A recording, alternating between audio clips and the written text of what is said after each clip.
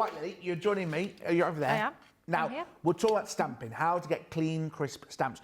What are the different ways? In fact, we've just been doing a couple of different ways of stamping with a rocker block, with a stamping platform.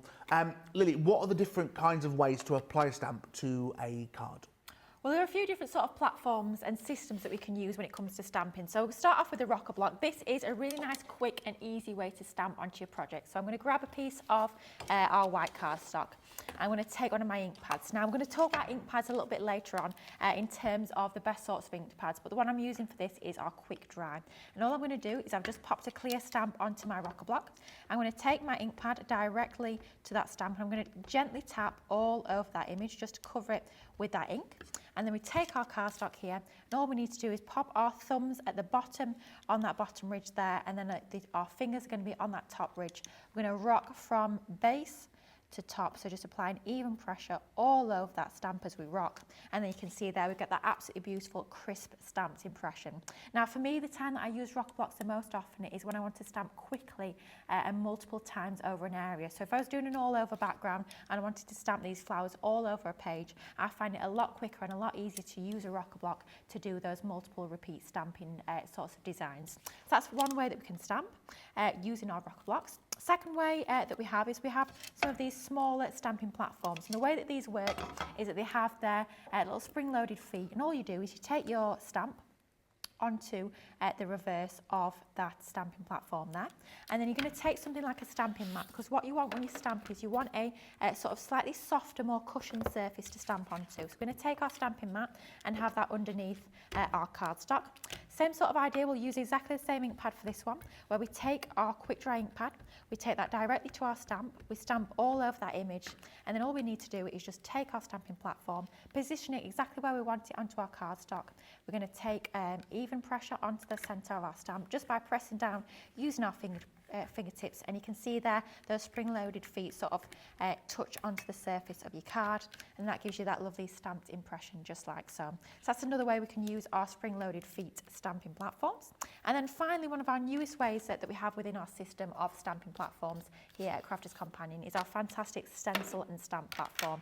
Now this is being used to designed to use alongside both your stamps, which is exactly what we're going to do now, but also alongside your stencils as well. Included in the system, you do have a little sort of plastic bar, which is what allows you to line up your stencils if you're using your layering stencils. Yep. Now in the base here, we've got a, I'm not going to remove it, but you have a mat that you can actually take up, which is a sort of it's not, I don't want to call it a sticky mat, it's more of a cling sort of mat. So we pop our cardstock, if I just cut our cardstock down a little bit more, if we pop our cardstock onto that platform there, you can see that it actually clings to that surface, so it's not going to move about when we come to stamp onto it.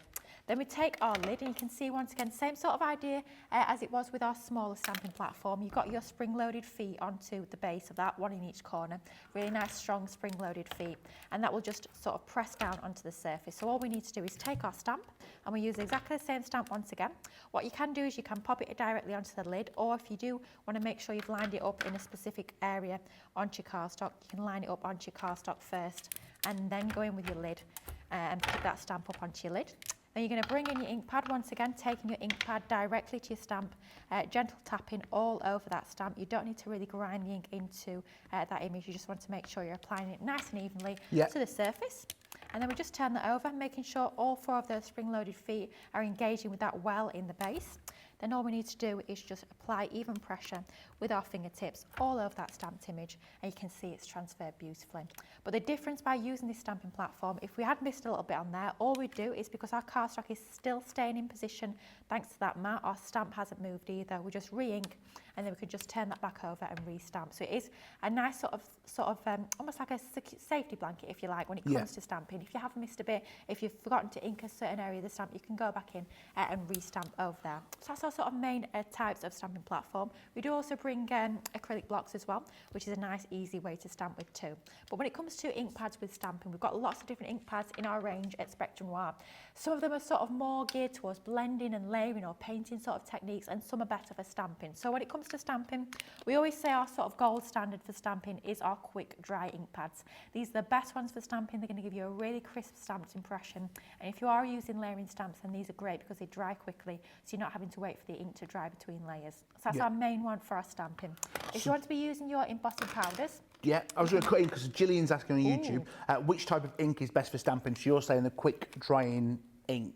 So is the best for stamping is definitely your quick dry ink. Yeah. However, if you want to stamp and use embossing powder, so if you've got some of your clear embossing powder, you want to stamp using a colour and add your clear embossing powder over the top, you need to use an opaque pigment. The reason being is an opaque pigment is much slower drying than a quick dry. Obviously, as the name suggests, quick dries dry very quickly.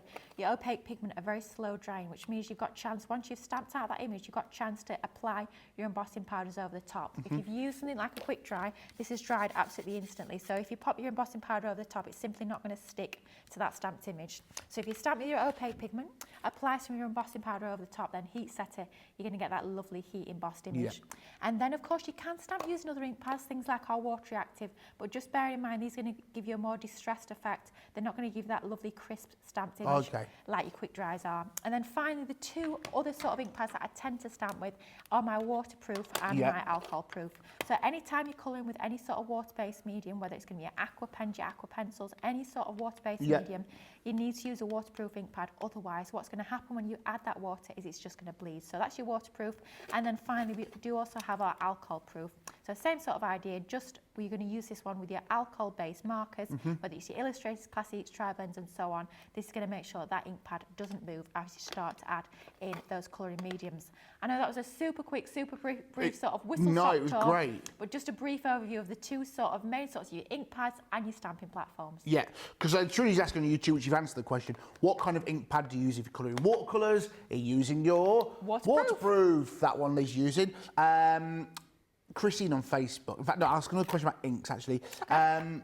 M-Books on everywhere on YouTube. What are suggested inks for sentiments versus images, or are they all interchangeable? That is such a good question. That's a question that we get asked time and time again. Now, I have to say, for me personally, I know Craig is the same. There's two, if I just want a sentiment stamp or a verse stamp, then I'm not going to do anything to it. I'm not going to add ink over the top. I'm not going to colour it. I'm not going to add any sort of medium over the top. The two ink pads I go to, one of the two, they both work equally well, is I either go for my alcohol proof or my waterproof. I just find personally, they give you a really, really crisp stamped impression, especially on your sentiments. And you do have 4 different colourways in each. So you've got your black, you've got your flagstone, rustic brown, and your pebble as well. So you've got 4 different options. If you wanted to bring in colours, so you're not wanting to go for the more neutral colours, you want to go for bright colours, then go for one of your quick dry ink pads because we have a larger range of colours in these. But anytime I'm stamping a black sentiment, I either go for my alcohol proof or waterproof. Perfect. And that's for sentiments and images, the same ink? So images, if you're just going to keep it as a line art and you're not going to colour it, then it'd be exactly the same. Obviously, if you're going to colour, go for a waterproof or an alcohol proof, depending on the medium that you're going to colour with. Perfect. Christine on Facebook. Hi there. Hi. Question, brand new stamps. Can you please go over a brand new stamp and how to prep it for first use? I usually use Versamark, but are there other ways? And I'm going to stall while Lily gets the bits and bobs that she requires to talk. She's ready. Let's do this. Go. Right. Oh, blimey. Go. Okay. This is a question, once again, that we get time and time again. Now, a watermark ink pad is basically the same sort of idea as a VersaFine. So what you can sometimes find when you've got a fresh stamp, and let's be honest, these stamps certainly aren't fresh stamps by the looks of them. But when you get a fresh stamp, what it can have on the surface, it can have a little bit of sort of residue on the surface from manufacture. And what that means is you're not going to get a beautifully crisp stamped impression the first time. So there's a couple of ways you can combat this. The one thing I will say, and this is one of these crafty rules that I absolutely live by, some people will say take like an emery board or a sanding block and slightly sand the surface. I will never, ever, ever, ever, ever advocate doing that. I do not think it's a good idea. Please don't do it, because what you can do is you can end up sanding some of that raised image off, and you can end up basically ruining your stamp. So I definitely not recommend doing that.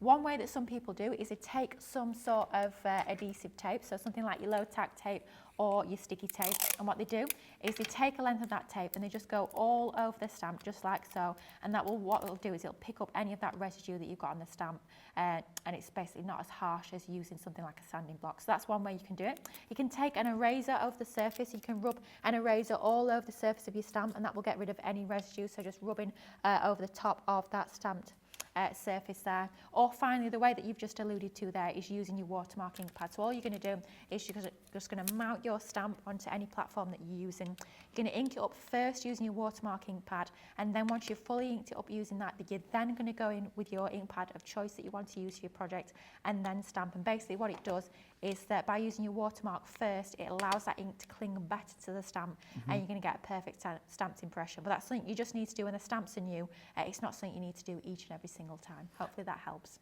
Perfect. Do you know what? I love our craft clinics. I always come away learning something. I love them too. I love getting all the questions in. I love it when you guys ask us things that perhaps you've never asked before, you're just not sure on. Honestly, I love this segment, so keep those questions coming. Absolutely. So, for the time being, the craft clinic is closed. Oh, because I know, doors are closed. No. Let me open the doors. Okay. Oh. Karen on Facebook. Hello, Karen. Hello. If the alcohol-proof ink good is, sorry, put my tea. Oh my goodness. I am a professional. You're worse today. I am the best in my price range. Karen on Facebook. Is the alcohol-proof ink good for watercolours as well as alcohol markers? No. So when it comes to, sorry, that's really blunt now. I didn't mean to be quite so next blunt, question, right? But, sorry, Karen. But it's one of the two. So if ever you're using waterproof ink pads, waterproof ink pads are always for your water-based mediums. If you use an alcohol-proof, do you know what? I'll show you. Actually. Do it. Let's show you. So if you use an alcohol-proof ink pad, so let's just grab our rocker block and let's just grab our stamp, and I'll show you what happens, because basically it will end up just bleeding if you add water over the top. So we'll take our stamp, we'll pop that onto our rocker block. We'll take our alcohol-proof ink pad, and I love the fact they've got different colours. So your blue is your waterproof, and this red colour is your alcohol-proof. And we'll just ink up that image that we've just been showing you how you can stamp. Pop that onto our cardstock, and then I've got some water here, so I'll just grab my cup of water, and I'm not going to paint this particularly nicely. I'm just going to get some water onto there, and you can see it just moves it. So just by using water, there's nothing funny in here. It's just literally a fresh cup of water, and you can see if you add water over the top of your alcohol-proof, it will literally just bleed, just like that. But conversely, if we come in with our waterproof, so I'll just show you the difference if we bring in our waterproof. If you stamp using your waterproof, so same sort of idea. Sorry, just really, do you have to clean the stamp before? You should, yeah, okay. You should get into the habit of cleaning your stamp. I have to say I'm awful. I'm sorry, I want to be that guy. I want to be that good. You want to be that? You want to be a good crafter. You can tell you're a new crafter. I want to be a crafter. You are a crafter. You've done lots of craft, and you can see if you pop your water over the top, that's not moving whatsoever. Amazing. That's so quick as well, isn't it? It dries instantly, so you don't. We always used to do that demo in the past where we used to stamp. We used to knock a whole cup of water over the top just to prove that it dries instantly, and you can really saturate it with water, and it's never going to move. There you go. Genius. Absolute genius.